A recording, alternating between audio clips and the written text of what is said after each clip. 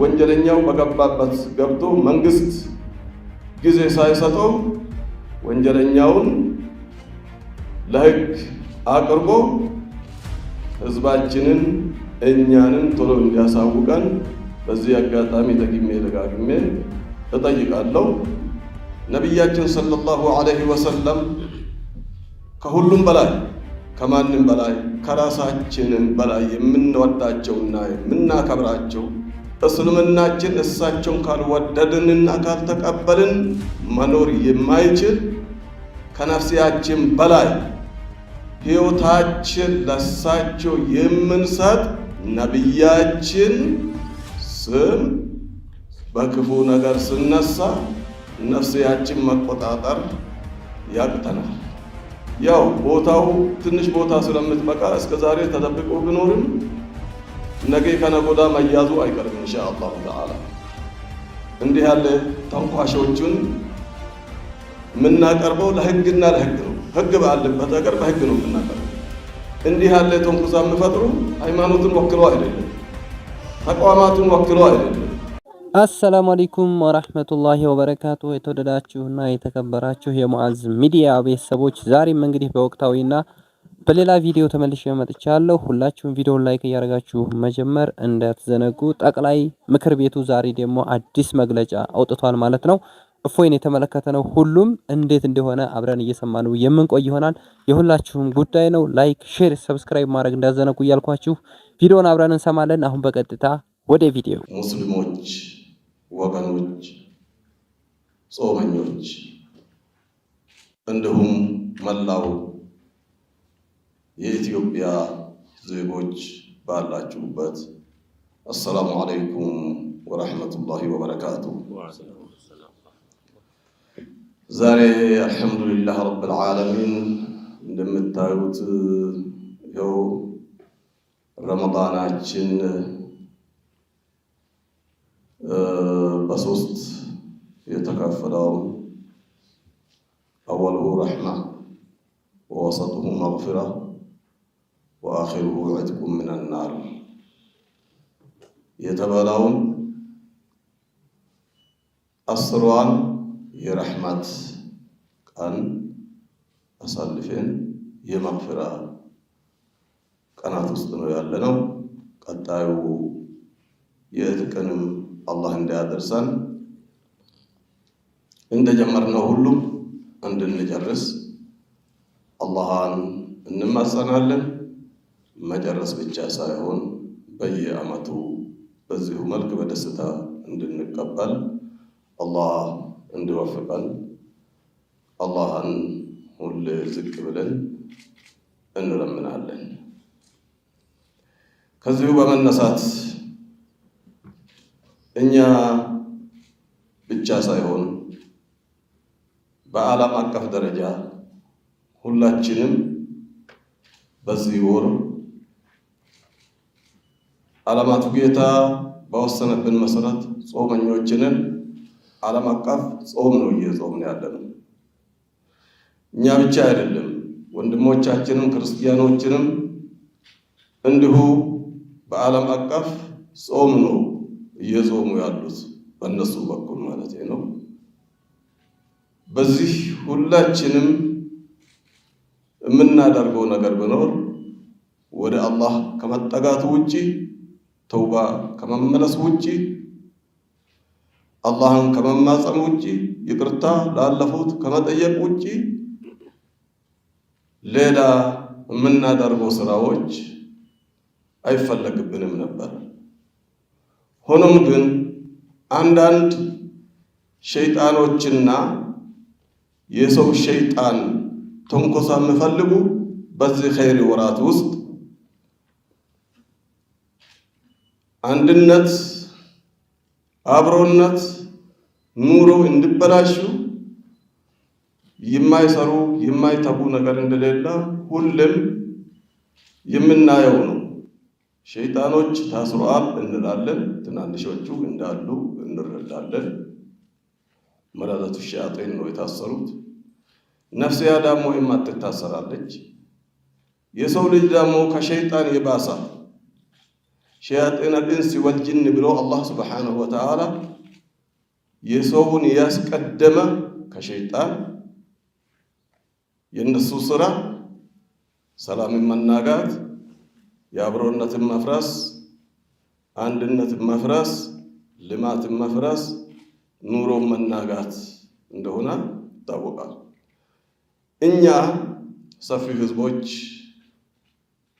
ሙስሊምም ሆን ክርስቲያን ይህንን ተረተን የራሳችን ዓላማ ወደ ፊት ከመግፋት በዘለለ እነኚህን ጥቃቅን ነገሮች ወደ ኋላ ትተን ለህግና ህግ ትተን ስራችን በበለጠ ወደፊት መንዳቱ አስፈላጊ ነው።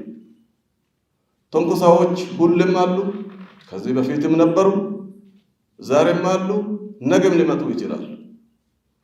ተንኮሳዎች በመጡ ቁጥር ደግሞ ትላልቅ ተቋማት ለዚህ ንቅንቅ ማለት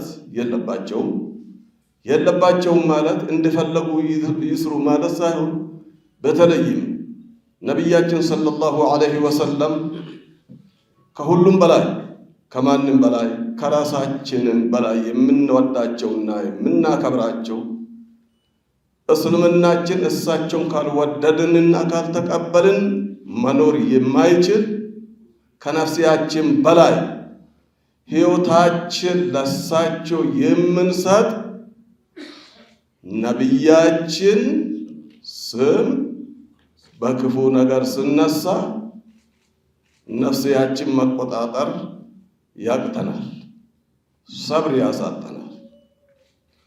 ሆኖም ግን የምናደርገው ነገር ቢኖር እንዲህ ያለ ተንኳሾችን የምናቀርበው ለህግና ለህግ ነው። ህግ ባለበት ሀገር በህግ ነው የምናቀርበው። እንግዲህ ጠቅላይ ምክር ቤቱ እያለው ያለውን ነገር እንደሰማችሁት ነው። በነገራችን ላይ ብዙ ሌላ ውሸት እየተጨመሩ የሚወሩ ነገሮች አሉ።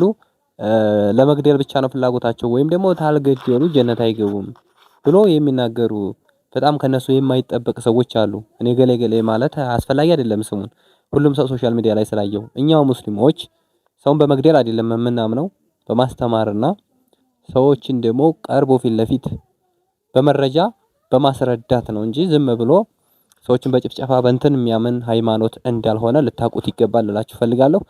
ከዛ ሲቀጥል ደግሞ አሁንም ቢሆን እየተባለ ያለው በህግ ይጠየቅልን ነው እየተባለ ያለው እንጂ ሰውየውን ሆን ተብሎ ለመግደል ብቻ የተወሰነ ውሳኔ አይደለም እየተላለፈ ያለውና ይሄን ነገር ታሳቢ እንድታደርጉት በማለት መልእክቴን አስተላልፋለሁ።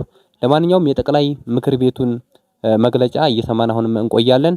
አሁንም ቪዲዮ አላለቀም፣ እንከታተለውና መጨረሻ ላይ ከኔ ጋር እንገናኛለን። መጅልሳችን ከዚህ በፊትም ሲያደርግ እንደነበረ ሁሉ ዛሬም ሁለት ነገር ሰርቶ አሳልፈዋል። አንድ እንዲህ ያለ ተንኮሳ የማንቀበል መሆኑን እንደ ሙስሊም በሰፊ አውግዘዋል፣ ምንም ግለሰብ ቢሆንም። በሌላ በኩል ደግሞ ህግና ህግን መሰረት ባደረገ መልኩ ክስ መስርቶ እየሄደበት ነው። መንግስትም ቢሆን እየተናበብን በምንሄድበት ሰዓት እያየን ነው። ጫካ የገባውን ሀገርን ለማበላሸት አንድነትን ለመናጋት የሚተጋውን ተራ ዱርዬ ያው ቦታው ትንሽ ቦታ ስለምትበቃ እስከዛሬ ተደብቆ ቢኖርም ነገ ከነጎዳ መያዙ አይቀርም ኢንሻአላሁ ተዓላ። ስለዚህ እሱ ተይዞ በስርዓት ለህዝባችን ለፍርድ እስከምቀርብ ድረስ ከኛ የምንጠበቀው በትዕግስት ዱዓ እያደረግን በትዕግስት እኛ ደግሞ የሃይማኖት ተቋማት በተለይም የሃይማኖት ተቋማት እንዲህ ያለ ተንኮሳ የሚፈጥሩ ሃይማኖትን ወክሎ አይደለም፣ ተቋማቱን ወክሎ አይደለም፣ ተቋማቱ ልኮ አይደለም፣ የተቋማቱን ኃላፊነት ወስዶ አይደለም። የግል ተንኮሳ ነው። የግል ተንኮሳ ሰላም እንዲተፈርስ የሚያሰራ ስራ ስለሌለ ይሄንን ተከትለን እኛ የአብሮነታችን ትላንትና የነበረ የጋራነት የአብሮነት የመተባበር ተጠናክሮ ይቀጥላል እንጂ እንደ ተንኳሾቹ ይሻክራል ብላችሁ የምታስቡ ከሆነ ተሳስታችኋል ነው። ማንም ይሁን ማንም የትኛውም ሃይማኖት ወክሎ የተነገረ ስላልሆነ የግል ሚናው ስለሆነ በግሉ ባደረገው ዋጋ መጠን እርምጃ ይወሰድበታል። እርምጃ ስንል ህጋዊ እርምጃ ማለት ነው። ህጋዊ እርምጃ ይወሰድበታል። ከዛ ውጪ እኛ የሃይማኖት ተቋማት የነበረ ፍቅራችን፣ የነበረ ትብብራችን፣ የነበረ አብሮነታችን በበለጠ ተጠናክሮ ቀጥሎ ሌሎች ሃይማኖቶችም ደግሞ ከኛ ጋር ሆኖ እንዲህ ያለ ቶንካሽን ፈልጎ አፈላልጎ ለህግ ከማቅረብ ውጪ በመካከላችን ምንም ነገር የበለጠ ከመቀራረብ ውጪ የሚያመጣ እንደሌለ ህዝባችን በዚህ አጋጣሚ በደንብ ማወቅ እንዳለበት ለመረጋጋት ወዳለሁኝና ስለዚህ በአጭሩ የምጠበቅብን ሁለት ነገር ነው። አንድ ወንጀለኛው በገባበት ገብቶ መንግስት ጊዜ ሳይሰጠው ወንጀለኛውን ለህግ አቅርቦ ህዝባችንን እኛንን ቶሎ እንዲያሳውቀን በዚህ አጋጣሚ ደጋግሜ እጠይቃለሁ። በሁለተኛ በኩል ሌሎች የሃይማኖት ተቋማት ወገኖቻችን ማለት ነው ከዚህ በፊትም በአብሮነት በመተባበር እዚህ የደረስነው የሃይማኖት ተቋማት ሁሉም ከኛ ጋር እንደሚቆሙ እርግጠኛ ነኝና በመካከላችን እንዲህ ያሉ ክስተቶች ሲከሰቱ ምንም ነገር ሳይሰማን በአንድነት በህብረት በነበረው መልክ አጠናክረን ፍቅራችን አብሮነታችን ቀጥለን የምናጠናክር መሆኑን በዚህ አጋጣሚ ለመግለጽ ወዳለሁኝና ህዝቦቻችን ደግሞ መንግስታዊ እና ህጋዊ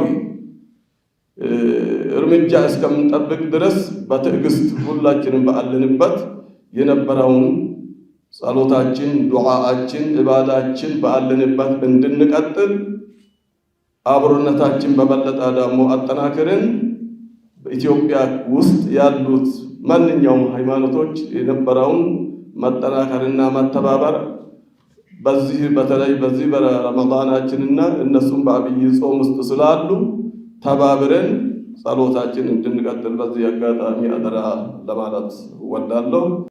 እፎይን በተመለከተ የተሰጠው የዛሬው የጠቅላይ ምክር ቤቱ መግለጫ ይሄን ይመስላል። ስትከታተሉና እስካሁን ድረስ ስታዳምጡ ለነበራችሁ ሁሉ ከልብ አድርገን እያመሰገን ሌላ ፕሮግራም ላይ የምንገናኝ ይሆናል። እንግዲህ እሱ በህግ ቁጥጥር ስር ውሎ ይሄ ተግባሩ ደግሞ መጥፎ መሆኑንም ደግሞ ሌሎችም ሰዎች እንዲማሩበት እሱ መቀጣት ያለበትን መንግስት እንዲቀጣውና እርምጃ እንዲወስድበት በማለት ነው የዛሬው የጠቅላይ ምክር ቤቱ መግለጫ ማለት ነው።